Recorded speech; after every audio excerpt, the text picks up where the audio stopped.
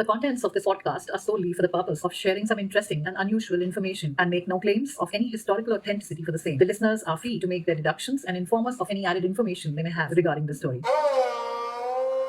Explore the unexplored. Season 1 Incredible India by Manisha Dhawan, a Pratidhwani original. To all my listeners, I'm Anisha. With a warm welcome as we meet again on the Pratidhwani platform to tell another tale that's one more, probably unusual and unknown and ready to explore. As is our ritual, let's begin with our newest tidbits of the unusual. Did you know that in Drongiri, offering prayers to Hanumana is taboo? Did you also know that it was a dog that taught Sri Ram an unusual form of executing justice? Well, then let's begin our newest tale from our magical casket of the unknown and perhaps unusual tales. So here's Manisha, ready to unfold yet another tale that's pretty much untold. The coconut, as we know, is used in various rites and rituals, in family, social, and religious ceremonies, and is often associated with fertility, folk culture, taboos, totems, and beliefs. Even in areas where the coconut palm does not grow, no puja or offering is complete till a coconut is offered. The coconut is one of the most common offerings in temples. It is broken and placed before the gods and later distributed as prasada. The outer shell of the coconut is said to represent Ahankar or ego, which one has to break. Once the ego is shed, the mind will be as pure as the white, tender coconut inside, and Bhavavesha or Bhakti will pour like the sweet water from it. The three eyes on top are explained as Sattva, Raja, and Tama, or the past, present, and future in some cultures. In India, the coconut tree is appropriately addressed as Kalpavriksha, a mythological tree supposed to grant all desires, or the tree that provides all the necessities of life.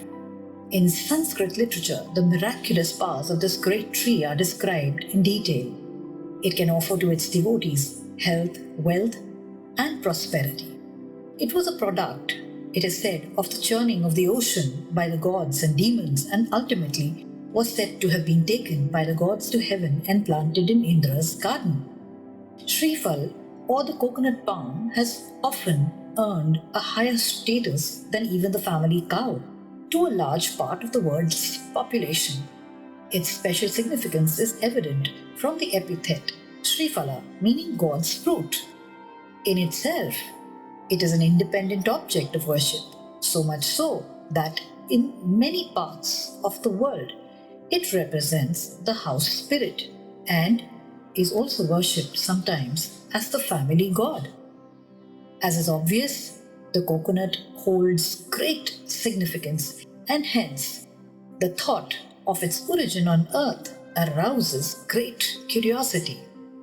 Consequently, we find many tales related to its origin. So without further ado, let's dive into the very first tale. How, after all, did the coconut come into being? Indian mythology credits the creation of the palm with its crown of leafy fronds to the sage Vishwamitra to prop up King Trishanku when the latter was literally thrown out of heaven by Lord Indra. As the story goes, Rishi Vishwamitra practiced severe austerities for a long time and in the end acquired superhuman powers. To prove his powers, he decided to send King Trishanku to heaven in his earthly, mortal body. Trishanku, or King Satyavrat, was a powerful king, God-fearing and righteous. As he neared his last days, he carried a deep desire inside him to go to heaven and live there, but had no clue as to how to reach heaven. But this wish was one that wouldn't let him rest in peace. He decided to take his problem to sage Vishwamitra. When he reached the ashram, he found that the sage had gone into the forest for penance. He decided to wait patiently for the sage to return. During this period, there was a severe famine, and Trishanku looked after the wife and children of Vishwamitra, while the latter was away. On his return, the Rishi's family members told him of the good deeds of the king, and the sage left to thank the king. He also promised the king a boon. The king bowed before the sage and told him that as he had fulfilled all his worldly duties, he wished to go to heaven and requested the sage to either tell him the path to achieve his goal, else to create a path by which he could reach heaven as his chosen boon. Now, was the mighty sage Vishwamitra able to use his powers to fulfill the king's wish? Let's find out. Since Trishanku desired to reach heaven in his mortal body, Vishwamitra agreed to repay him for looking after his family by fulfilling his desire and raised him to heaven in his mortal body in spite of the strong oppositions from both the sages and the gods. When King Trishanku reached Indra's Swarg in his mortal form, Indra was furious.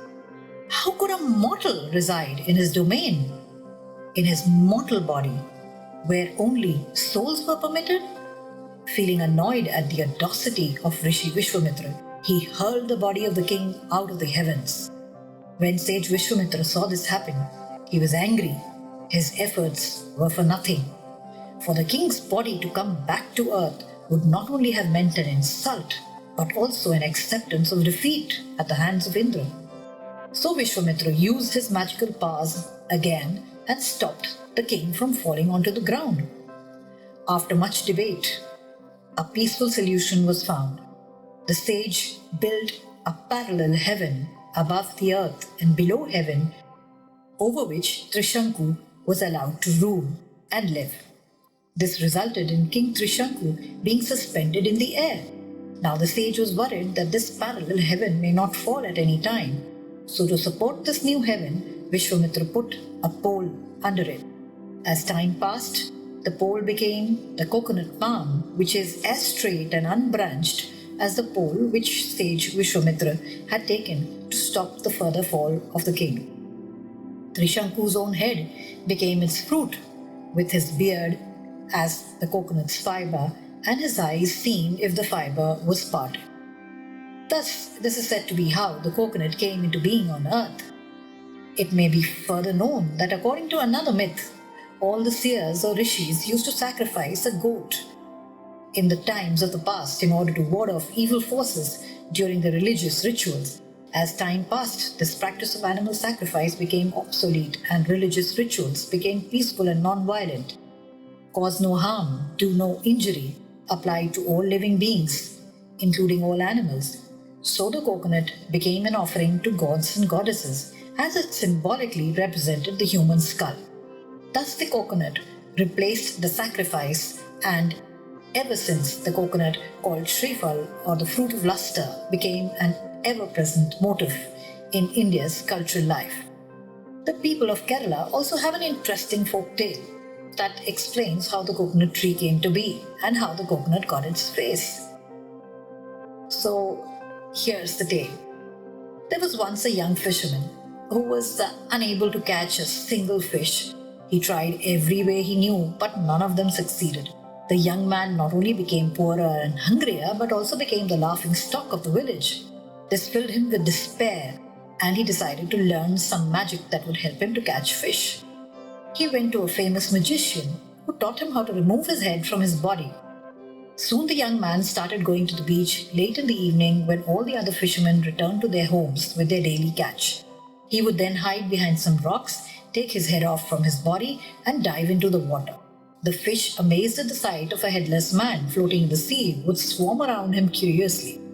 Some of them would enter the man's body through his neck, and the man would then swim ashore, take the fish out, replace his head, and would probably go back to his village and show the villagers all the fish he had caught.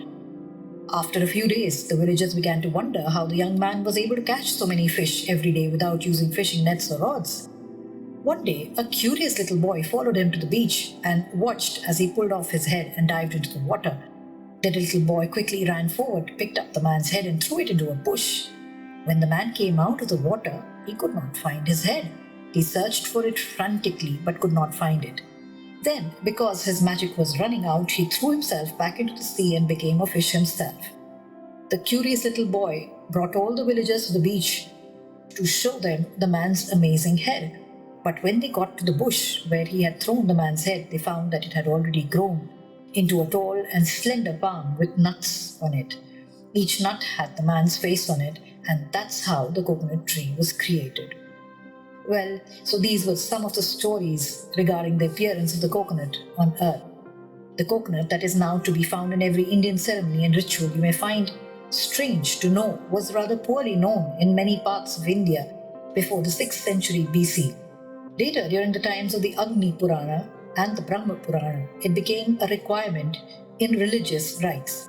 It was probably in the earlier part of this period that the coconut milk began to be used for sacred baths for the deities in the temple. So, with this, it's time to say goodbye once again. Keep yourself curious and in waiting until our next interesting and unheard tale. In the meanwhile, do visit Pratidhwani's podcasting website, podcast.pratidhwani.com, for more details about the story. And this is Manisha once more signing off, but only until our next. Explore the unexplored. Season 1 Incredible India by Manisha Dhawan, a Pratidhwani